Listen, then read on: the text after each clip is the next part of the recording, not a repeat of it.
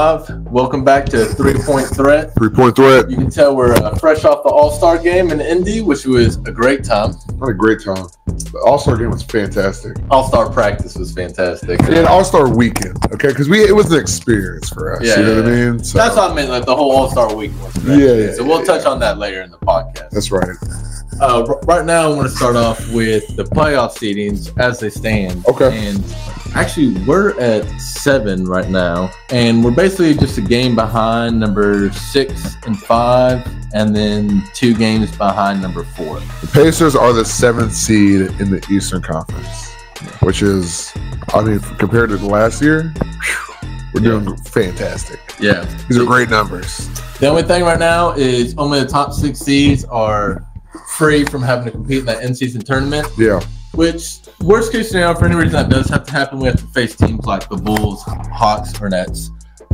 Yeah, which I feel like in worst case scenario, that should be fine. Yeah, but okay, we'll be all right. Still not a place like we want to be. The teams that are directly ahead of us, the teams I want to start off with first. Yeah, so I'll go through the standings real quick. So obviously, number 1, the Celtics, okay? And they were winning by a lot. It hurts to say. But anyway, Cavaliers in second place, which is interesting. They kind of came out, swinging. Bucks are in 3, Knicks 4. That won't last long. Heat 5, 76ers 6. We are 7th. Magic is 8th. And the 9th is the Bulls. Yeah. Beyond that, no team matters. Trust me. Yeah, so I'll go ahead and scratch 1 out. Actually, instead of talking about the Sixers heat first, Magic, not scared of. No, I'm not even sure if they'll for real make the playoffs. No, I mean, like, they play good defense and all. Just Paulo by himself is not enough star power to be scared of me. No, sorry. So then the other 2, I guess we'll start with 76ers. Okay. The Embiidless 76ers, do you think they're going to straight make the playoffs? First question. Not at all. They're on a losing streak, obviously. Tyrese Maxey, on the other hand, has been playing very well. He has been playing very well. He's been stepping up, but it's just not enough. Yeah. Yeah. The one thing that could be scary about them, though, is if you face them in the playoffs when they got seeded without Embiid and all of a sudden they have Embiid, that's a trap. I thought you were going to say Buddy Hield. No. Hey, that's a crap series right there because Buddy Hield will, it's not like he hates us, but he will come to play against us. Yes, he will. Your former team, that's what you're going to do. Everybody does that, yeah. So I definitely don't want to face him in the playoffs, but as far as seeding, I'm very confident we're going to pass. Yeah, no, fuck the Sixers. We're good. Yeah. Yeah.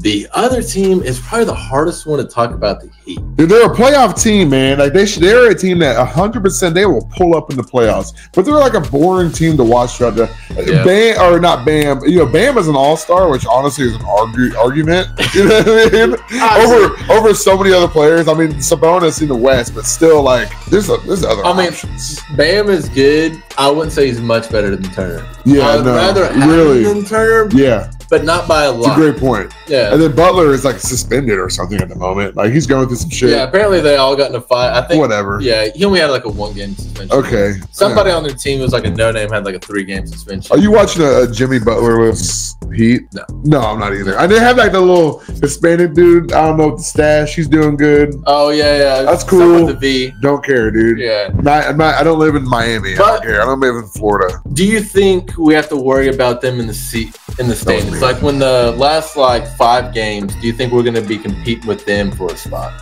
Who? The Heat? And when I say competing with them for a spot, I mean are we going to be within striking distance of we're both kind of the 4th or 5th seed type of thing?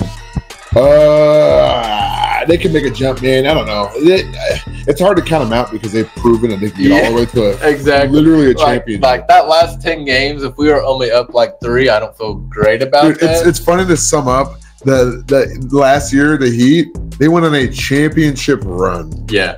What? And it's we've all forgot about it. We forgot about it. It's not until times like this where I'm that team is a lot scarier than they look on paper. Yeah. And for a playoff matchup, I'm not really sure who would we have to guard them. Oh, I thought lower was better. No, I think when I tested out, it was up to you. Oh, okay. I'm not really sure who we would have to guard Jimmy Butler. For what? In a playoff matchup. Halbert? No. Mather? I guess Nembhard? It'll be Mathurin probably. Yeah. I mean, Nembhard has been our starter lately. Honestly, I think it'd probably be him just because, not so much with the size, but the hustle. I think I'd rather see Mathurin just because he's a dog, man. They do remind me of each other. Yeah, like mentality and kind of like how they play. That's what I'm saying. They both can get pretty streaky from three and start getting on hot. They both love driving to the rim. Yeah, they're both definitely fierce competitors. What if we have a young Butler on our team right now? That's a perfect compliment to Halliburton. A very good one. Maybe not perfect, but yeah, I'd say perfect in the sense of Halliburton having such a deadly 3-point shooter. I stand on the rock. He's probably like a top 3 3-point shooter in the league right now, based on attempts and percentage. Yeah. So having that threat on the outside, and then having a threat of somebody who's going to drive in. 3-point threat. All right, get back on it. Oh.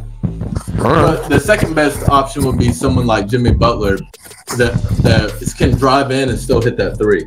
So it's like, because we still do need that kick out for Halliburton. Someone him to throw in and he can just drive down. That's a scary matchup for us. Yeah, Doug McDermott. Speaking of Mathurin too, he got that Rising Stars MVP. MVP. Trash. Who's he talking trash to? Jaden Ivey. Jaden Ivey, yeah. And Jaden Ivey, Pistons legend, took it personally, and Mathurin still put it to him. Yeah, I would take it personally too if I stunk. That's a dog I like him. He's like, I remember he was drafted before me, and for what reason? Yeah, really though. Mathurin was like legit top 3 going for Rookie of the Year that season. Dead ass. And I think he's definitely at the point where he's definitely earned that starting spot. At the beginning of the season, even he was definitely not that spot. Halfway through the season, you could tell he was starting to make. He was coming off our bench, killing it. Yeah, I think he finally made that leap. The last game that we had against, I think he has the confidence. Yeah, the Pelicans. Yeah, I think he has that. I'm ready. He shows up ready confidence. Yeah. No, there's stretches in the games where like he took over. Like he's getting better. Back-to-back threes. Yes. And he's getting stringy. Yeah. He's getting good. He's having these little bursts of like a showmanship of his skill potential. And he still has the humbleness. When he's doing that, he still makes like great passes and plays as a team member. He doesn't fully just walk into like, this is my time. He's aware of, because we're not going to win by anybody going off, because Halliburton's nature, we need everybody to kind of like play together. Yeah. We're not like the team as LeBron where we can just, all right, we're down 12. He's going to score 12 straight. Yeah, we don't have like a takeover guy. Because Halliburton, even when he's in takeover mode, it's really just like, all right, he's going to like connect a bunch of threes together, which is like on or off. It's not really call it takeover. I would say Halliburton's takeover mode is more like we need a 3 right now and he hits it. Yes. It's not, we're down 10, so he's going to score 8 of them. Yeah, he's not going to go like a 12-point run. You really need this right now? Yeah. I'll get it. Yeah, So, yeah. Going off that, the Pacers Skills Challenge, we won that. Yeah, I guess. That's cool. Yeah, I'm on here. People are going to say it's a script. Yeah. Well, the Skills Challenge to me is whack. Yeah. Super whack. Yeah. I don't really know much about it, to be honest with you. It's like a hoop like this big. You got to dribble. It was State Fair shit? It was State Fair type beat? Yeah. Okay, yeah. Like, it's so whack that a normal group of guys, besides like the athleticism, like could compete in. It's easy to hit that thing. You got to make like 1 point or 3. The rest is like, yeah. That's the script. But Benedict Mathurin be having that VIP moment or the MVP moment at his shit. Yeah. Very cool. Yeah. But then, oh boy, Halliburton robbed. I think Lillard scored maybe like 8 more points and like 12 more shots. Robbed. That would have been the perfect boom, boom, boom. Pacers on the rise. Listen, man. That's kind of like our in-season tournament little fall. We're the Pacers, man. There's always a rug pull. Okay, everything looks good. And you see the sun just shining down, and the weather and everything feels good, and your heart is heavy and full. And then the rug pull, and you fall, and you hit your head. There's a nosebleed. That's the Pacers. But then you're seeing stars, and you mistake those stars for something good. No. You know. But I have faith in the players. So I want to go over the last 3 teams. Considering Celtics again, they're kind of just a different league. I'm just gonna be honest. Fuck the Celtics. The Knicks. I feel great about that, even though we lost to the Knicks most recently. Oh, no, we won. No, we won. We beat them. Don't forget the game, because I have a buddy who is a Knicks guy, and I hate the Knicks. And I hate him. Well, he's a buddy of mine, but he talks shit to me every time these competitions happen. And man, like when we lost to him the first time we played him, right? I remember this. And but we were winning the entire game, okay, till the 4th quarter when we benched Halliburton because he was on minute restrictions. We're better than them. Yep. And then we beat them. We whooped their ass this last game. We won by like 10. No, honestly, now that you say it, That's a very good point, and a grain of salt to these standings because, again, we're 2 games behind number 4 seed. Easily, Halliburton is back right now. We're strong for it. You know, like we have like the 2 games up on the next closest. Yes, easily. We are better than the Knicks. We definitely have that tiebreaker with like the Knicks. Fuck Josh Hart. So, yeah, I feel confident about that. Josh Hart said you have to kill McConnell if you fight him. He's right. Okay, he's honestly right. Yeah. McConnell's the scariest player in the NBA. Yes, he is. Josh Hart. Yes. The next team, the Bucks, and I don't know how to feel about that one either because we are 4-1 on them on the season. At the same time, 5-1. 5-1. At the same time, Giannis is another level. Giannis is Giannis, and I look, I understand that, but and listen to me when I say this: we own the Bucks. We do own the Bucks. I mean, when he goes to sleep, he thinks about the Pacers. Yes, when that's the best quote all season. He's thinking about the Pacers. That's the funniest quote all season. It is. Name a better quote from any player all season. There's not one. It's the funniest shit ever. So, and I think a big thing on why we do so well against them too is because their centers cannot keep up with our pace. No. And now that I say something about the pace, I wonder if we will keep that same type of pace when we don't have 10 players playing. So, you know, when the playoffs come, that roster shortens up. You say that, man, but I can see it still spinning that whole. I mean, I think we will, but I think it's just something that, like we'll do it less probably. Yeah. Because you know everybody talks about, you know, you watch like JJ Redick podcast, stuff like that. Yeah. That when it comes to playoffs, there's a lot more half court sets. Yeah. So I'm not sure if our game will translate to that or not. I guess we'll see, man. Look. The sky's the limit, man. We're about to enter the playoffs. I'm confident we will not be a play-in team. I think we'll be in. I think we'll be in there secure. And look, I guess we can transition to that. Who are we going to play? Who do you think we're going to play? What seed do you think we'll be? We lack experience, but I think we have that drive, and everybody in our roster is going to be happy to be there and be playing their ass off, man. So I think we lock up that 4. I really do. Explain that. Break that down. Because barring injuries, like we're only 2 games behind 4 right now without Halliburton playing for like 15 games straight. Okay. So had he been playing that, we'd already have blocked that 4 in my opinion. Okay. So I think there's enough games left that we can make up that difference. And we have a very easy schedule when I look through. There's not a lot of top tier Celtics, Nuggets, Lakers type of teams out there. We play the Pelicans again tomorrow. Yeah. I think that's a win. That's a win. So I feel like that's going to be locked up. Then the 8th seed is going to probably be like the Magic, Bulls, Hawks. Because you got to include that 9 and 10 seed. Magic, Bulls, Hawks. It's ugly. Probably the Sixers. I feel like the Heat. I feel like the Sixers definitely dropped to the play-in tournament. The Sixers suck. Yeah. But when I say that, actually, so even if they drop to the play-in tournament, it's still the worst team that we would. Oh no, we play 5 seed. Cool. So yeah, we might play like Heat. Honestly, I think probably Heat are who we're gonna play because I think us and the Heat, with how competitive they're gonna be at the end, I think us and the Heat, that'll probably be our first matchup. Yeah, we gotta get retribution for who was his name? TJ Warren. TJ Buckets. That's right. And I lived through those Heatos days. I mean, to me, that's the Pacers' biggest rivals. I've seen the Heat take down the Pacers in horrific fashion so many times. Yeah. Last time we were in the playoffs, we got swept by the Heats. Yeah. And when in the bubble, when that was bad. That was bad. Yeah. So I would love to see us finally take down the Heat. The Pacers Knicks have a long-standing rivalry, but yeah, Heat as well. Yeah. I'm saying it like my lifetime.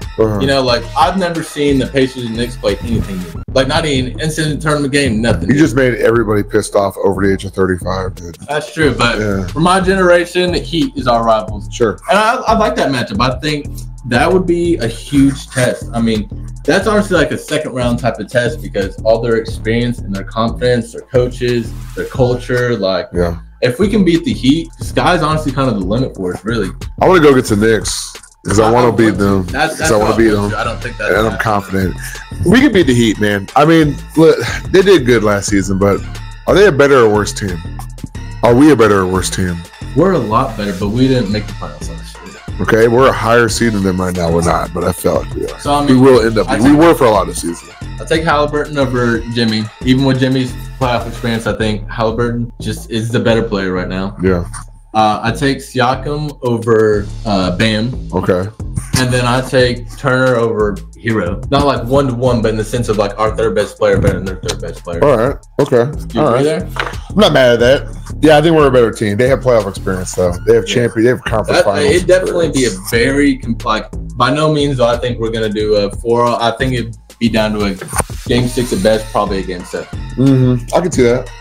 And then last thing I just want to touch on are how are the Cavs doing so well? I don't know, Donovan Mitchell, man. I guess he's just on or off. It's just as a certified Donovan Mitchell fan, because I have a jersey. He does for free sometimes, and I got it for free, and it's cool. I do like Donovan Mitchell, though. He's cool, man. What, he played for Kentucky, right? I think Louisville, some shit like that. That's cool, man. I mean, look, him, Karis LeVert, or not Karis LeVert. Who's their center? Jared Allen. Karis LeVert is on the team, but whatever, dude. Yeah, he misses being. I feel like every time he plays, I saw he plays well. He does play well. But basically just that duo of Jared Allen, Evan Mobley, so not a duo, and then Donovan Mitchell, and then who's the guy with the long dreads? I can't remember his name. Anyway, they have a good squad, and they were a good squad last season. Yeah. So I would have hated to play him in the playoffs, even though that would actually suck. That would actually kind of suck. I really do think we're better than him. I think Halliburton is better than Don. I think. Listen, man. Look around, man. Look behind you. We're better than every team in the NBA. This is the goddamn Pacers podcast, man. Who are we worse than? Nuggets. No. Yeah, Nuggets. Let me dream. Can I dream? Yeah, you can dream. Honestly, if I remember the seedings right, I think if we won our first round, I think we would play the Celtics in the second. My brain can't compute like that. Yeah. But I would love to. Like, I don't think we beat the Celtics, but I think we could give them a test. I would love to see that test, see where we measure up. We have beaten the Celtics more than once this season. That's good enough for me. In a clutch time. And in the in-season tournament games, Halliburton showed up to every single game. Yes, he did. There wasn't one where like, oh, Turner got us that win, or Brandon got us that win. Every single one, Halliburton. A quick reflection on our in-season tournament. I think that the Lakers really exposed our defense, and I think we've learned from that. Yeah. Because I was very scared after that. I was kind of thinking, like, how do we get better from that? But I feel like we've stepped our pace down just a little bit, but we've also stepped our defense up quite a bit. From the beginning of the season. So I think we plugged that like hole a little bit. Now, obviously, if AD is on fire, not much we can do. Miles Turner's going to watch him score. That's basically what's going to happen. But we have Siakam now, though. He could give him a problem. So I don't know. Fun fact: Siakam's our leading scorer. Really? Yes. Wow. Since coming to our team, he's our leading scorer. Isn't that funny? Yeah. When I kind of think about it more, it's a little not surprising. It is a shock factor at first. Yeah. It's a little not surprising just because Halliburton's coming back. Right. So obviously. All right. And still. Yeah. Turner, he's only putting up 17. Do you know how many he's scoring? No, I just heard it while watching the game last night from one of the announcers. Yeah. Pretty cool, huh? And no, that's great that we finally have somebody for Halliburton to lean on, because if Turner leads like the game scoring, it's just like he happened to get hot type of thing. It's not like, they're double teaming Halliburton. All right, Turner, take up. That was just never happening. It's just kind of not like luck, but that type of thing. Siakam, it can actually. Hey, they're doubling him. Siakam, we need you to make some buckets. Yeah, his jumper, dude. Yeah, it's good. That's great. Yeah, no, it's nice to have a guy on our team that can hit like a mid-range jumper besides CJ McConnell. Yeah, because it has like a different little flow to it. And in the playoffs, you need to hit jumpers. Yes, you do. Because you need to hit more difficult shots. And and he's getting better. He's he's improving as a player. Because I remember we read his stats off. Siakam had like his career average is like 18 points or 19 points, but over the last 2 seasons, it's been like 22 points. And now he's playing with Halliburton. Halliburton just improves everybody around him. His rebounding has been really good. Yeah, huge. And like it feels like every game I'm checking, I don't know what his stats are, of course, but every game I'm checking, it feels like he has like at least like 8 rebounds. It's a lot. And that makes up for our biggest deficiency is Turner. Yes. So if Turner doesn't have to worry about rebounds, and he can just do that 3 and D. That makes Turner a better player. Yes, big time. Honestly, you have anything else to talk about, like matchups? Matchups, no. No, not really. No, I'm good. Yeah. Then last thing I want to talk about is just Caitlin Clark. Oh yeah, I forgot you mentioned this. Go ahead. So apparently, don't fact check me on this because you're a nerd if you do. Caitlin Clark is apparently going to be, obviously #1 pick, and she might come to the Fever, which might get my butt in the seat. Honestly, I would love to see her play. I got some nieces. Where's the Fever? Is it Indy? Yeah, it's Indiana. Oh, I was thinking of the Fort Wayne Mad Ants. Never mind. 'Cause I was going to say, I don't know.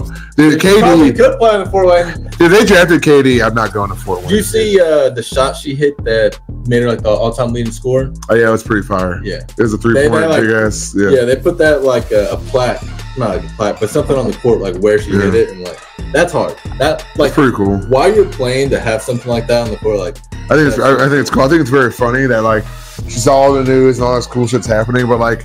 What game of hers have you watched, even for a second? Watch highlights. I watch YouTube videos on it, but no, I haven't watched the game. I'm not calling you out. I'm calling everybody out. Like, it's really cool seeing these IG highlights, but it's like, who's the last team she played? You have no idea. If she went to our squad, I would go to a game. I'm not saying I'd go to every game, but I would at least check it out at least once.